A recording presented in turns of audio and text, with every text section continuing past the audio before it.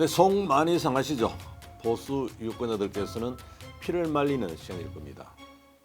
특히 한덕수 후보와 단일화에 가장 적극적이었던 김문수 후보가 소극적으로 돌아서서 실망이 더 크시리라고 생각됩니다. 그렇잖아도 짧은 선거운동 기간인데 삽바싸움으로 아까운 시간을 다 쓰느냐 하는 한탄이 나오는 것도 당연합니다. 어제 지방선거운동 일정을 돌연 중단하고 상경했던 김문수 후보가 오늘 저녁 한덕수 무소속 후보와 만나겠다고 하니까 다행입니다. 그제 스카탄신 일이었죠. 한덕수 후보는 김 후보가 자신과 만남을 피한다는 이야기를 기자들에게 흘리면서 김 후보 측을 압박하기도 했는데요. 일단 만나기로 한 것은 큰 진전입니다. 국민의힘 전당대회가 끝나면 급물살을 탈 것 같았던 단일화가 왜 이렇게 비틀거리고 있을까요? 한번 자세히 따져볼까요? 김문수, 그가 누구입니까? 협상의 달인입니다. 노동운동을 하면서 벼랑 끝 대치와 협상의 잔뼈가 굵은 사람입니다. 또 별명이 탈레반입니다. 무너지는 법을 배우지 않았습니다. 언제 어떻게 하면 목표를 달성할 수 있다는 것을 동물적 감각으로 익힌 사람입니다. 또 옆에서 뭐라고 한다고 쉽게 흔들릴 사람도 아닙니다. 이른바 김덕수로 표현되는 김문수와 한덕수 후보 단일화. 이 김덕수가 비틀거리게 된 데는 이재명 민주당 대선 후보의 사법 리스크가 최고조에 달했다는 것이 일정 부분 영향을 미치고 있다는 분석이 가능합니다. 대법원이 파기환송한 뒤에 이재명 후보에 대한 중도층의 지지 철회가 늘고 있다는 여론조사 결과들이 나오고 있지 않습니까?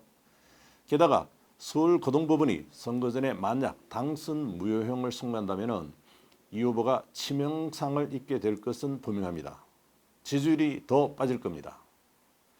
이 후보 측이 재상고를 한다 해도 유죄 취지로 파기환송한 대법원이 무죄를 선고할 일은 없겠죠.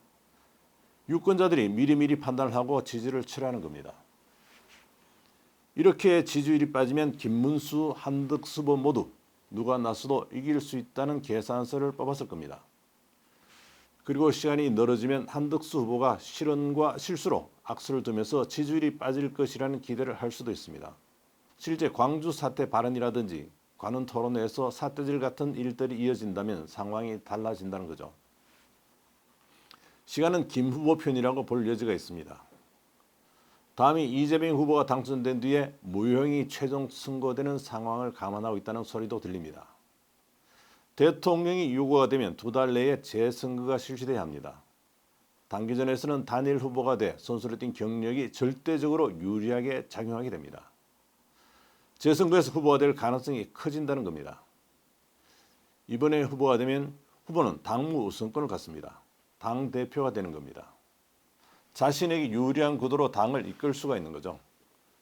당을 자신을 중심으로 재편한 뒤에 있을지도 모를 재선거를 대비할 수 있습니다. 이 재선거에서 국민의힘 후보가 이길 확률은 이번 대선보다 더 높아질 겁니다. 계산서가 복잡할 수밖에 없죠. 그리고 단일화만 하면 대선을 이길 수 있다? 너무도 낭만적인 생각입니다. 단일화는 형식적인 단일화일 뿐 아니라 실질적인 내적 단일화도 돼야 시너지 효과를 거둘 수가 있습니다. 모두가 동의하는 단일화 룰이 만들어지고 축제장이 돼야 동참한 후보뿐 아니라 지지자들이 승복할 겁니다. 홍준표 후보를 보십시오. 경선에서 패배하자 아예 탈당하고 떠나버렸지 않습니까? 당이 나를 버렸다고 했습니까? 무슨 사인일까요? 지지자들에게 같이 떠나자고 응변을 한 겁니다. 한동훈 후보도 선대위 참여를 거부했죠. 과연 지지자들이 김문수 후보를 강하게 밀어줄까요? 후보들끼리 손을 맞잡고 어깨를 두드려주면서 대선 승리를 진심으로 기원해주는 그림이 만들어져야 지지자들이 진정한 승복으로 믿고 지지를 몰아줄 수 있습니다. 실망하는 지지자들이 돌아서면 오히려 역효과가 날 수 있습니다. 김문수 후보의 이번 단일화 태업, 불편하게만 볼 수 없는 이유입니다. 오히려 국민적 관심을 끌어올리는 데 혁혁한 공을 세웠습니다. 보수층의 결집을 유도하는 데도 상당한 역할을 할 것으로 봅니다. 시내버스 노사 협상 많이 보시고 들어보셨을 겁니다. 하지만 실제 협상이 결렬돼서 시내버스가 멈춘 경우는 극히 드뭅니다. 지난주에 서울 시내버스 임금 협상이 결렬됐지만 노조가 준법 투쟁에 들어갔었죠. 버스는 멈추지 않았습니다. 제가 사회부 기자로 뛸 때 그 현장을 많이 봤기 때문에 아무리 협상 데드라인이 걸려도 걱정하지 않았습니다. 통상 새벽 4시쯤 협상이 타결됩니다. 첫 차를 배정하고 출발시켜야 하는 데드라인입니다. 그야말로 아슬아슬하게 타결되면서 막판 극적 타결이라는 신문 제목이 달리도록 그렇게 타결 시간을 일부러 미루기까지 합니다. 그래야 버스 노조원이나 시민 모두 협상 결과인 임금 인상률에는 신경 쓰지 않고 타결이라는 데 방점을 찍기 때문입니다. 진통을 거듭하다 타결됐다는 사실에 안도를 하면서 모두 박수를 쳐주는 분위기를 유도하는 전략이 성공을 거두는 겁니다. 오늘 두 사람이 만나면서 극적인 결과가 나올 수도 있지만 어렵다고 봅니다. 시간에 쫓기더라도 명분과 모양을 만들어야 하기 때문입니다. 그리고 두 사람이 합의하는데 복병이 있습니다. 김 후보 측이 내세운 이준석, 이낙연, 황교안까지 아우르는 단일화안입니다. 한 후보는 두 사람의 맞대결을 가정한 어떤 제안도 수용하지만 다자구도는 수용하지 않을 겁니다. 실제 불가능한 제안으로 봐야 합니다. 이준석 후보는 완주를 천명하고 있어서 끌어들이기가 어렵습니다. 상식적으로 생각해도 꽤 많은 이 후보가 들어갈까요? 손톱도 들어가지 않을 겁니다. 거기다가 황교안까지 넣자는데 한 후보가 동의할 수 있을까요? 이 구도로 오자 경선을 하게 되면 역선택 방지 조항을 넣을 수 없게 됩니다. 또 이낙연 후보는 완전 국미 경선을 주장하면서 역선택 방지 조항도 거부할 수밖에 없어서 민주당 지지자들의 역선택도 생각해 볼 수 있습니다. 요즘 기사 댓글들을 자세히 살펴보면 재밌습니다. 김문수 후보 지지 글이 많은데요. 댓글을 단 사람들의 다른 글을 살펴보면 민주당 지지글이 많은 것을 알 수 있습니다. 민주당 지지자들이 한덕수 후보 대신 김문수 후보가 최종 승자가 되기를 바라고 있다는 이야기겠죠. 역선택 얼마든지 가능합니다. 그리고 보수 유권자들의 애간장을 다 태우고 있지만 이번 김문수 후보의 태업이 신의 한 수가 될 수 있습니다.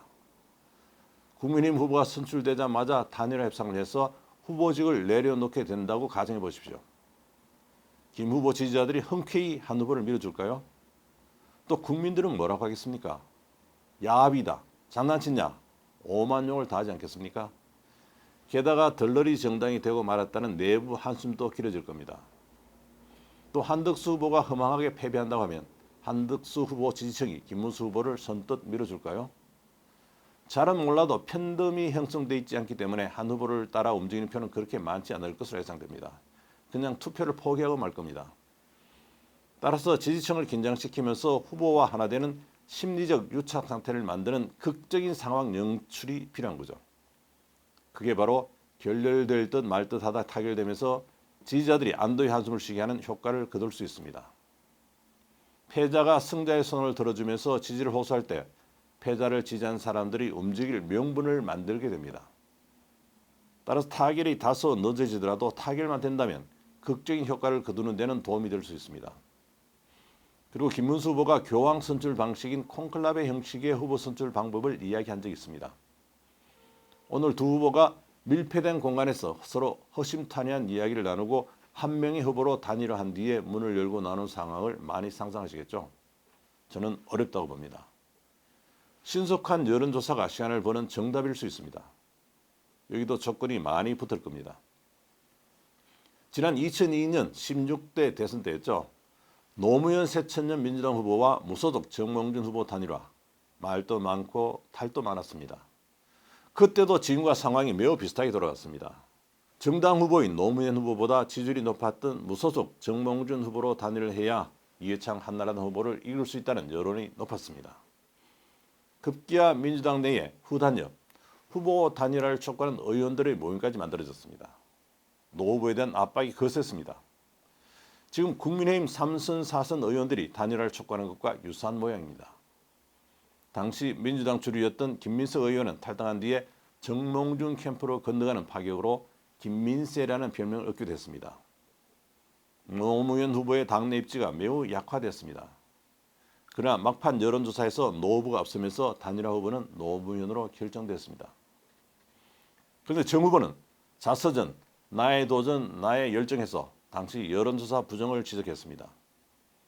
민주당이 여론조사기관에 당원 명부를 몰래 건네서 노무현 지지율을 높였다는 이야기를 나중에 들었다고 했습니다. 이미 버스는 떠난 뒤였습니다. 하여튼 상황이 당시와 매우 비슷하다는 것을 김문수 캠프에서도 희망을 걸고 있을 겁니다. 오늘 담판에서 합의되지 않더라도 크게 걱정하지 마십시오. 저는 조만간 극적인 상황이 연출되리라 확신합니다. 판을 깼을 때 벌어질 일을 두 후보가 누구보다 잘 알고 있습니다. 대선 실패뿐 아니라 당내에는 김문수 후보가 설 자리가 없어지게 됩니다. 모든 원망을 김 후보가 뒤집어 써야 합니다. 한 후보는 2달 먼저 퇴임했을 뿐입니다. 과연 판이 깨질까요? 제가 시내버스 노사협상을 느긋하게 지켜보았듯이 여러분들도 이번 단일화 담판을 편안하게 관전하시는 게 좋을 듯합니다. 지금까지 설설설이었습니다. 감사합니다.